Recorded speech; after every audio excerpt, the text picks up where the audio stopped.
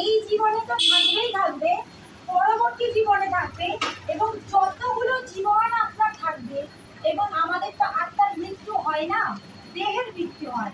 তো প্রতিটা জীবনেই কিন্তু এই গীতার বাণী আমাদের টাকা ধরা থাকে, প্রতিটা জীবন। কেন?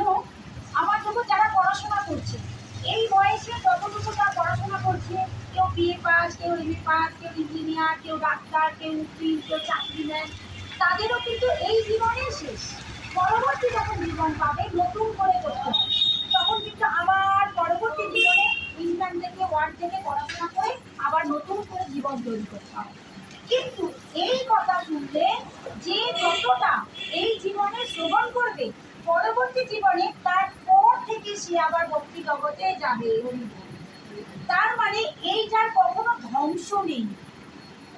ভগবানের কথা শুনলে পরে, গীতার বাণী শ্রবণ করলে পরে এইটা প্রতিটা জীবনে কাজে লাগে, প্রতিটা জীবন।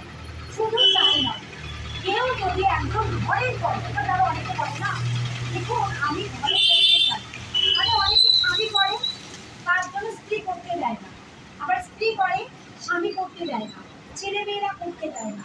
কিন্তু কোনো একজন মহিলা যদি ঘরে গীতার বাণী শ্রবণ করে বা প্রচার করে কোনো মহিলা, তাহলে সে 14 গোষ্ঠীকে উদ্ধার করতে পারে। বলিব কেন?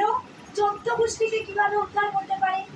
কোনো মহিলা যদি ভগবানের সাথে যুক্ত থাকে, তাহলে সে তার বাপের বাড়ি 7 গোষ্ঠী, শ্বশুর বাড়ি 7 গোষ্ঠী, 14 গোষ্ঠীকে নরক যন্ত্রণা থেকে রক্ষা করতে পারে। কিন্তু পুরুষ শ্রবণ করলে সে শুধু তার নিজের পরিবারকে রক্ষা করতে পারে, সে শ্বশুর বাড়িকে করতে পারে। তবুও পুরুষরাও শুনবে, নারীরাও শুনবে, কারণ গীতার কথা নিজের জন্য প্রয়োজন। ঠিক আছে? তাই আমাদের প্রত্যেকের এই বাণী শ্রবণ করা উচিত। এখানে যদি এক একটা অক্ষর উচ্চারণ করি, আমরা এক একটা অক্ষর উচ্চারণ করলে এক একটা গাভী দানের সমান। যেমন ধরো একটা গাভী মানে গরু, গাভী মানে কি সবাই মিলে বলো তো? গো মাতাকে কি বলা হয়? গাভী। একটা গাভী দান করতে গেলে লক্ষ লক্ষ টাকা লাগে। আমরা কি কেউ গরু কিনে কোনো ব্রাহ্মণকে দান করা এগুলো করতে পারি? কিন্তু এখানে যদি আমরা গীতার কথা উচ্চারণ করি, গীতার বাণী শ্রবণ করি এবং গীতার বাণী উচ্চারণ করি, তাহলে এক একটা গাভী দানের মূল্য আমরা পাবো।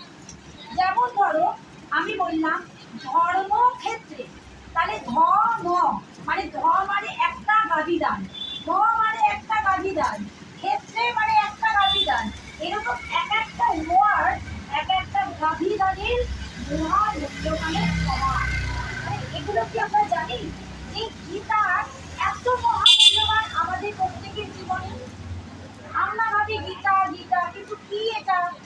অনেকে তো জানেই না যে গীতার বাণী এত মহামূল্যবান। এবং শুধু তাই নয়, এই বাণী প্রচার করলে আরো কত মহামূল্যবান। তাই আমরা সবাই মিলে আজকে এক